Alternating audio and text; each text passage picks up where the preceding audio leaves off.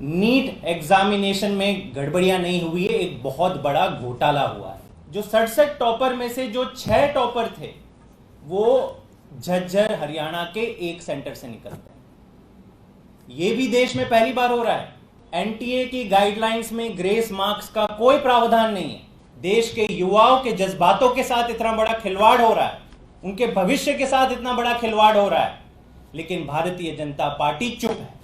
पूरी दुनिया आज देख रही है कैसे भारतीय जनता पार्टी, जो भारत को विश्व गुरु बनाने की बात करती है, एक कॉम्पिटिटिव एग्जाम ढंग से नहीं करवा पा रही। गुजरात में कहते हैं पेपर लीक एक ऑर्गेनाइज्ड क्राइम है। पिछले 11 सालों में 11 बार पेपर लीक हो चुके हैं एग्जामिनेशंस के गुजरात में। और एक बड़ी चीज जो निकल के आ रही है, ये सारे जितने भी आरोप लग रहे हैं नीट एग्जाम के ऊपर, कि सारी अनियमितता भाजपा शासित राज्यों में मिल रही है। 4 जून को जब नीट परीक्षा के रिजल्ट्स बाहर आते हैं तो इतने बड़े सवाल आज देश के युवा भारतीय जनता पार्टी और उनकी केंद्र सरकार से पूछ रहे हैं, जो मेरे ख्याल से आज तक ऐसे सवाल कभी नहीं पूछे गए। ये बहुत दुखद घटना है। 5 मई को नीट की एग्जाम हुई थी इस देश में। कुल 24 लाख कैंडिडेट्स ने ये एग्जाम दी थी, 24 लाख कैंडिडेट्स। उसी दौरान 2 ऐसी घटनाएं बाहर आती है। पहली आती है बिहार में, जहां पे एक पेपर लीक का मैटर बाहर निकल के आता है। बिहार की पुलिस तुरंत 13 लोगों को अरेस्ट करती है। उसके बाद गुजरात से एक हादसा आता है, वहां पे भी एक पेपर लीक की घटना बाहर निकलती है नीट की परीक्षा को लेके। वहां पे भी 3 लोग अरेस्ट होते हैं। लेकिन ये घटना घटने के बाद आज तक केंद्र सरकार या इन दोनों राज्यों की सरकारों ने बताया नहीं है कि क्या पेपर लीक हुआ था, कहां तक पहुंचा था, कितने लोगों तक ये लीक पेपर पहुंचा था। इस पे कोई स्पष्टीकरण नहीं आया। ना ही नेशनल टेस्टिंग एजेंसी एनटीए जो नीट कराती है, ये भी इस मैटर पे पूरी तरह से चुप है। तो एक तरफ आपने लोगों को अरेस्ट कर दिया है और दूसरी तरफ आप ये बोल भी नहीं रहे हैं कि नहीं पेपर लीक हुआ है या नहीं हुआ है। तभी से नीट 2024 की परीक्षा पर सवालिया निशान खड़े होने शुरू हो गए। और दोस्तों, जब 4 जून को रिजल्ट्स बाहर आए नीट एग्जाम के, तो मेरे ख्याल से जितना भी संदेह था ये पूरी तरह से हट गया। ऐसा लग रहा है कि देश के युवाओं के साथ, उनके भविष्य के साथ इतना बड़ा खिलवाड़ इससे पहले नहीं हुआ। हमें लगता है नीट एग्जामिनेशन में गड़बड़ियां नहीं हुई है, एक बहुत बड़ा घोटाला हुआ है। दूसरी बात, इसमें यह भी पता चलता है कि जो 67 टॉपर में से जो 6 टॉपर थे वो झज्जर हरियाणा के एक सेंटर से निकलते हैं। यह भी देश में पहली बार हो रहा है। और एक चीज बाहर निकल के आई पिछले 3 दिनों में कि इस झज्जर हरियाणा के सेंटर में कई ऐसे छात्र हैं जो अपना होम स्टेट छोड़कर दूसरे स्टेट में झज्जर हरियाणा में एग्जाम देने के लिए जाते हैं। आप सबको पता होगा, इन बड़ी कॉम्पिटिटिव एग्जामिनेशन में हर छात्र, हर कैंडिडेट अपने घर से नियरेस्ट सेंटर प्रेफर करता है। कोई भी कैंडिडेट एक स्टेट से दूसरे स्टेट नहीं जाता एग्जाम देने के लिए, इसलिए 5000 सेंटर खोले गए एग्जाम के लिए। लेकिन झज्जर हरियाणा में बाहर के स्टेट के कैंडिडेट्स आ जाते हैं और वहां से कह रहे हैं कि केवल 6 टॉपर्स नहीं, टॉप 100 में से भी कई और छात्र हैं जो इस झज्जर हरियाणा के सेंटर से निकलते हैं। कई ऐसे छात्र हैं जिनको 719 मार्क्स मिले हैं, 718 मार्क्स मिले हैं। ऐसे ऐसे मार्क्स मिले जो मैथमेटिकल कैलकुलेशन में बैठते ही नहीं है। एनटीए की गाइडलाइंस में ग्रेस मार्क्स का कोई प्रावधान नहीं है, कोई फॉर्मूला नहीं है। तो आपने सडनली ओवरनाइट, और वो भी कह रहे हैं कि नहीं, हमने केवल 4 राज्यों के कुछ सेंटर्स, 4 या 5 सेंटर्स के बच्चों को ग्रेस मार्क्स दिए हैं। ये आपने कैसे तय कर लिया? इसका फॉर्मूला कैसे तय कर लिया? जब सवाल पूछा गया कि कितने बच्चों को मिले ग्रेस मार्क्स, तो पता चलता है 1563 बच्चों को ग्रेस मार्क्स मिले हैं। और इनमें कुछ ऐसे बच्चे हैं जिनको 100 मार्क्स तक ग्रेस में मिले हैं। यह देश के इतिहास में किसी भी कॉम्पिटिटिव एग्जाम में ऐसा नहीं हुआ। दोस्तों, यह बहुत बड़ा घोटाला है, बहुत बड़ा षड्यंत्र है। और इसके चलते जिन जिन बच्चों को ग्रेस मार्क्स मिले हैं वो लाखों की संख्या में मेरिट लिस्ट में ऊपर हो जा रहे हैं। जब से देश के युवा भारतीय जनता पार्टी और उनकी केंद्र सरकार को यह सवाल पूछ रही है तो पूरी की पूरी भाजपा चुप है। देश के युवाओं के जज्बातों के साथ इतना बड़ा खिलवाड़ हो रहा है, उनके भविष्य के साथ इतना बड़ा खिलवाड़ हो रहा है, लेकिन भारतीय जनता पार्टी चुप है। भाजपा हमेशा क्या कहता था कि हम भारत को विश्व गुरु बनाएंगे, लेकिन आज पूरी दुनिया देख रही है। ये नीट की परीक्षा ऐसी परीक्षा है जिसको पूरी दुनिया देखती है। एक जेईई की परीक्षा होती है, नीट की परीक्षा होती है। पूरी दुनिया आज देख रही है कैसे भारतीय जनता पार्टी, जो भारत को विश्व गुरु बनाने की बात करती है, एक कॉम्पिटिटिव एग्जाम ढंग से नहीं करवा पा रही।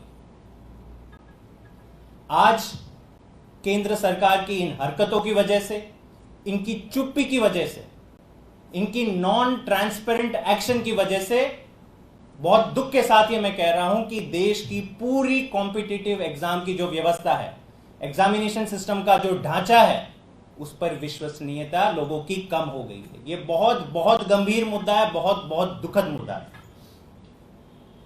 लेकिन दोस्तों, ये पहली बार नहीं हो रहा है कि भाजपा की देखरेख में पेपर लीक हो रहे हैं, एग्जामिनेशन की क्रेडिबिलिटी पे सवालिया निशान पैदा हो रहे हैं। भाजपा का लंबा इतिहास रहा है, आप देखते जाइए। 25 साल से ऊपर से इनकी सरकार है गुजरात में। गुजरात में कहते हैं पेपर लीक एक ऑर्गेनाइज्ड क्राइम है। पिछले 11 सालों में 11 बार पेपर लीक हो चुके हैं एग्जामिनेशंस के गुजरात में। यही भारतीय जनता पार्टी है जो कहती है कि हम देश को कहां से कहां पहुंचा देंगे। अपने गुजरात में भी ये लोग पेपर एग्जामिनेशन नहीं करवा पाते हैं ढंग से। जनवरी 2023 में पंचायत जूनियर क्लर्क का एग्जामिनेशन हुआ था गुजरात में। 10 लाख कैंडिडेट्स ने अपियर होना था, पेपर लीक हो गए, खत्म, उनका भविष्य अंधेरे में। नवंबर 2019 में Gujarat subordinate services board exam का पेपर होना था, वो भी लीक हो गया।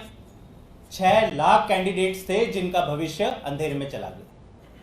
कुल 11 ऐसे पेपर लीक हुए हैं गुजरात में पिछले 11 सालों में। यूपी की बात कर लें, यहां पे भी भाजपा की डबल इंजन सरकार कहते हैं, काफी डिंडोरा पीटते हैं कि हमने यूपी में ये कर लिया, वो कर लिया। क्या दिखाता है? डेटा दिखाता है कि यूपी में भी हाल ही में फरवरी 2024 में पुलिस कांस्टेबल रिक्रूटमेंट एग्जामिनेशन का पेपर लीक हुआ। वहां पे कितने उम्मीदवार थे, कितने कैंडिडेट्स थे? 48 लाख नौजवान थे। सोचो उनके ऊपर क्या बीती होगी, उनके परिवारों के ऊपर क्या बीती होगी, जो सालों से ये आस लगाए बैठे थे कि हमारा बेटा, हमारा बेटी एग्जाम की तैयारी कर रही हैं और जरूर उन्हें नौकरी मिलेगी। 2021 में भी उत्तर प्रदेश का टीचर एलिजिबिलिटी टेस्ट था, वो भी पेपर लीक हो गया। 21 लाख कैंडिडेट्स का भविष्य अंधेरे में चला गया। तो दोस्तों, भाजपा का ये इतिहास रहा है, इन्होंने कभी भी कॉम्पिटिटिव एग्जाम्स के पूरी व्यवस्था को मजबूत करने का तो काम छोड़ ही दो, इसको केवल और केवल कमजोर करने का काम किया है। और एक बड़ी चीज जो निकल के आ रही है, ये सारे जितने भी आरोप लग रहे हैं नीट एग्जाम के ऊपर, कि सारी अनियमितता भाजपा शासित राज्यों में मिल रही है। आप इस चीज पे गौर कीजिए। पेपर लीक का सबसे पहला मुद्दा कहां आता है? पटना से आता है। पटना में किसकी सरकार है? एनडीए की सरकार है, भाजपा की सरकार है। दूसरा आता है पेपर लीक का मुद्दा गुजरात से। गुजरात में तो एक इंडस्ट्री है ऑर्गेनाइज क्राइम की, हर साल ढेरों पेपर्स लीक होते हैं, तो नीट का भी पेपर लीक होना था, वहां पे भी भाजपा की सरकार है। हरियाणा के झज्जर सेंटर से जो सबसे बड़े सवाल वहां से पैदा हो रहे हैं, हरियाणा की सरकार किसके अंदर है? भाजपा के अंदर है। ये भाजपा द्वारा शासित सरकारों के कोऑपरेशन में या भाजपा के नेताओं के सांठगांठ से कुछ घोटाला होते हुए दिखाई दे रहा है। मैं आज आम आदमी पार्टी की तरफ से देश के युवाओं को यह बताना चाहता हूं कि हम आपकी लड़ाई में आपके साथ हैं। हमें पता है कई युवा सुप्रीम कोर्ट गए हैं क्योंकि सरकार ने तो जवाब देना बंद कर दिया, चुप्पी धारे हुए हैं। हम देश के युवाओं के साथ, उनके भविष्य की लड़ाई में उनके साथ खड़े हैं। हम जितना सपोर्ट कर सकते हैं, हम पूरी ताकत से इनको सपोर्ट करेंगे। दूसरा, हम माननीय सुप्रीम कोर्ट से कहते हैं कि इस मैटर का आप संज्ञान लीजिए। इस पूरे स्कैम में उच्च स्तरीय इन्वेस्टिगेशन होनी चाहिए, एसआईटी बनानी चाहिए, सुप्रीम कोर्ट की देखरेख में एक एसआईटी का गठन होना चाहिए। इससे कम अगर कोई जांच होती है, भाजपा की पुलिस या भाजपा की सीबीआई करती है, तो उस पर आज देश को विश्वास नहीं रहा है। वो केवल भाजपा के लोगों को बचाने का काम करेंगे। हम मांग करते हैं कि जितना बड़ा घोटाला हुआ है, 25 लाख युवाओं के भविष्य के साथ खिलवाड़ हुआ है, तो इसमें सुप्रीम कोर्ट के देखरेख में एक एसआईटी बननी चाहिए और दूध का दूध पानी का पानी होना चाहिए। और अंत में मैं भाजपा से कहना चाहूंगा कि आपने नीट 2024 की परीक्षा होते वक्त और रिजल्ट्स निकलते समय जितनी गड़बड़ियां हुई हैं, उससे आपने देश के युवाओं की भावनाओं को बहुत ठेस पहुंचाया है। ये लोग गुस्सा हैं, रोषित हैं। भाजपा बाहर आए, अपनी गुफा से बाहर आए और देश के युवाओं से माफी मांगे कि ऐसा नहीं होना चाहिए था, हमसे गलती हो गई। और इन अनियमितताओं के पीछे, इन गड़बड़ियों के पीछे जो लोग दोषी पाए जाते हैं, उनसे सख्त के सख्त उनको सजा मिलेगी। ग्रेस मार्क्स जो कॉन्सेप्ट ही नहीं था नीट में, ओवरनाइट इन्वेंट कराया जाता है। कुछ बच्चों को 100 ग्रेस मार्क्स दिए जाते हैं। तो ये बहुत बड़े सवाल है। इस पे लिपापोती करने की कोशिश ना करे भाजपा। इस पे केवल और केवल सुप्रीम कोर्ट की देखरेख में जब तक एसआईटी नहीं गठित होती, मुझे नहीं लगता देश का कोई भी युवा शांत होगा, देश का कोई भी युवा सेटिस्फाइड होगा कि हमारे साथ इंसाफ होगा। बहुत बड़ा नाइंसाफ हुआ है और ये देश की एग्जामिनेशन सिस्टम को पूरी तरह से इसके ऊपर विश्वसनीयता खोने का काम आज भाजपा ने किया। इन्होंने बताया 1563 बच्चों को ग्रेस मार्क्स मिले हैं। किस बच्चे को किस फॉर्मूला के तहत कितना टाइम लॉस हुआ, कितने ग्रेस मार्क्स मिले, पहले क्या थे, बाद में क्या थे, आप जब तक ट्रांसपेरेंट नहीं होगे पूरी तरह से, और फिर देश तय करेगा कि आपने सही किया या गलत किया।